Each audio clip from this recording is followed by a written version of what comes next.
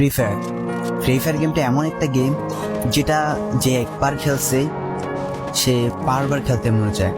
প্রথম পারবে না, চেষ্টা করতে করতে যখন পেরে যায় তখন আর ছাড়ে না। আর এই গেমটা যারা একবার খেলছে, যার মনে একবার জায়গা করে নিয়েছে, সে কখনোই এই গেমটা বলতে পারবে না। সে যদি 1 দিন 2 দিন 7 দিনও না খেলে, সে 7 দিন পর আবার থেকে এই গেমটার ভিতরে ঢুকবে। কারণ এই গেমটা কখনো কাউকে কষ্ট দেয় না। এই গেমটা সবসময় সবাইকে আনন্দ রাখে। এই গেমটাতে আমি অনেক সময় কাটাইছি, আর এটা আমি কখনো বলতে পারবো না। এই গেমটা আমার কাছে এমন একটা গেম যেটা কিনা আমি বলে বোঝাতে পারবো না।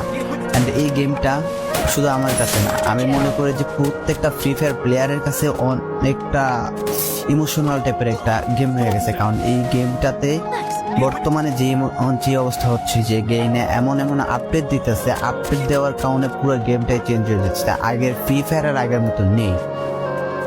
তো এই কারণে হয়তো কোনো এক সময় আমরা এই গেমটা ছাইড়া দিতে হবে, তবে ছাড়া হবে না। যদি